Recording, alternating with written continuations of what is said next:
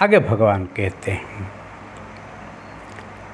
नैते श्रुति पार्थ जनान् योगी मुह्यति कश्चन तस्मात् सर्वेषु कालेषु योगयुक्तो भव अर्जुन।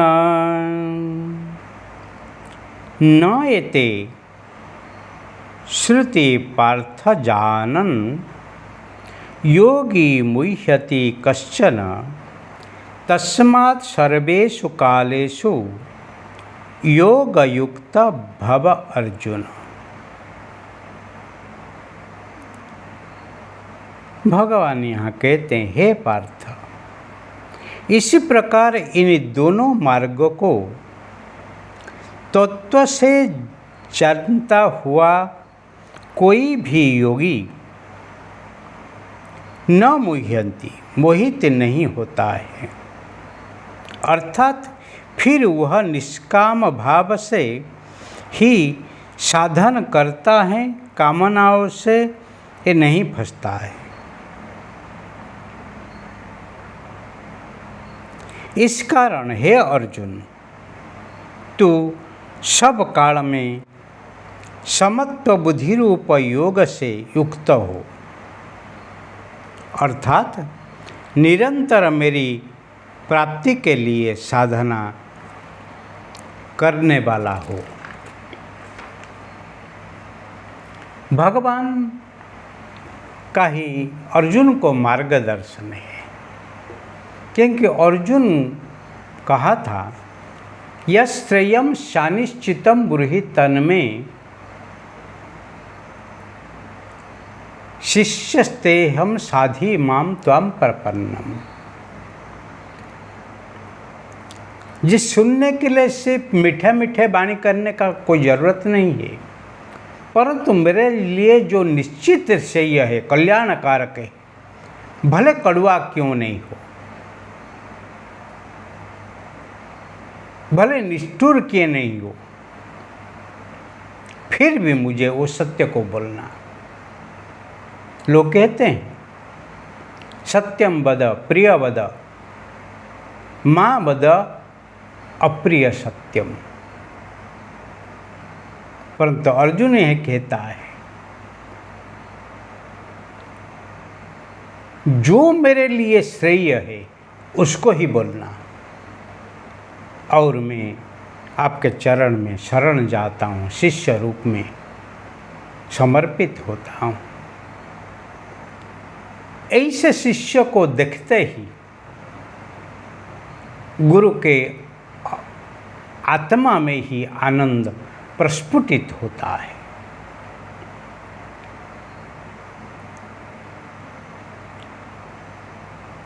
बहुत लोग कहते हैं, मैं तंदुरुस्त रहूँगा परंतु कड़वा नहीं खाऊंगा।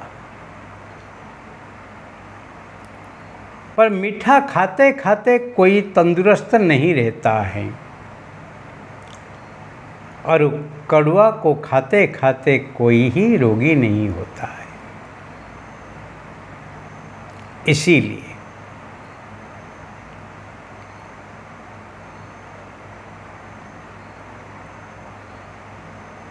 कहावत है, जे समझो नहीं समझो पढ़ो गीता,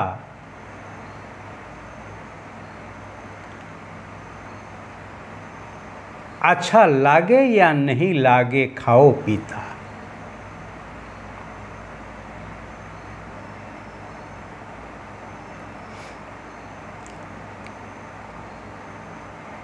मार्केट में आप जाते हैं,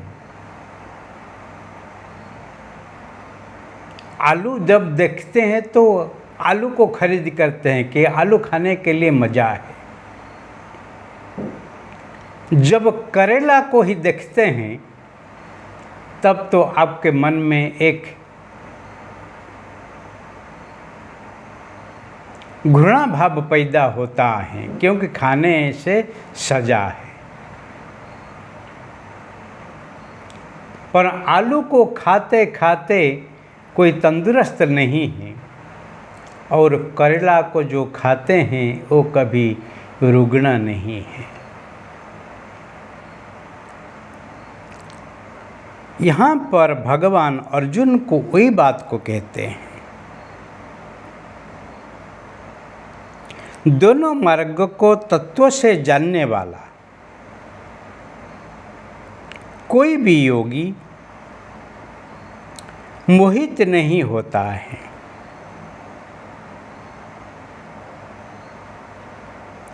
इस कारण हे अर्जुन, तू सब काल में समत्व बुद्धि रूप योग से युक्त हो। योग युक्त भव अर्जुन सर्वेषु कालेषु। हे अर्जुन, तू योग युक्त हो जा।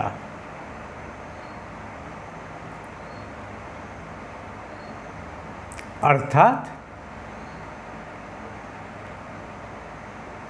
परमात्मा को निष्काम भाव से तो ही भजन कर।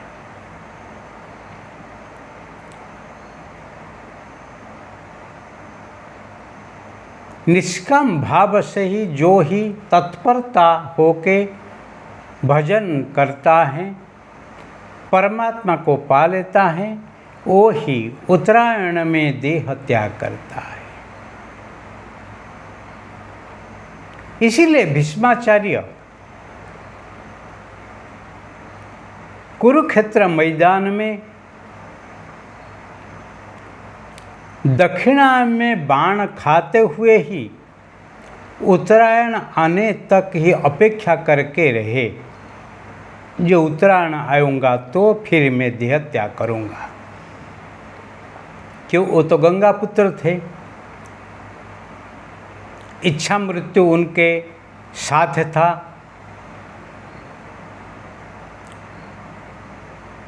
वो ही महासाधक, महातपस्वी, महाविद्वान, महावीर,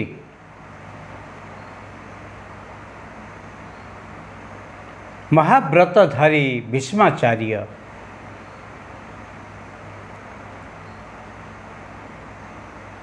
उत्तरायण को पाने के लिए बाण खाकर 58 दिवस तक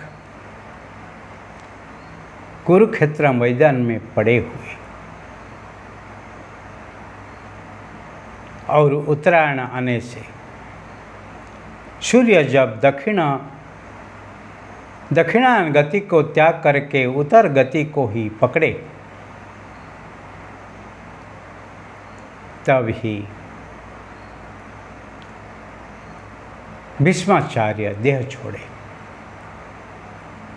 इसलिए हम मकर संक्रांति को उत्तरायण कहते हैं कि मकर संक्रांति दिन से दिवस बड़ा होता है और सूर्य दक्षिणायन छोड़ के ही उत्तरायण होते हैं,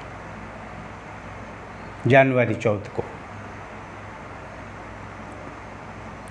इसलिए है अर्जुन, तू निरंतर साधना करके योग युक्त बन जा। योग ही अमृत है, वियोग नहीं है, मृत्यु नहीं है।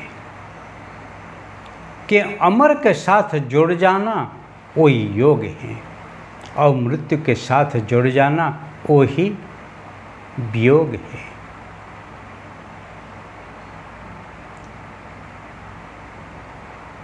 योग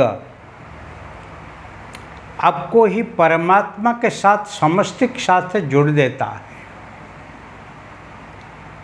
परंतु वियोग आपके स्वार्थ के साथ है, आपके देह के साथ है, माया के साथ जुड़ देता है। योग पूर्ण है और वियोग क्षुर्ण है, नाशवंत है, क्षणिक है।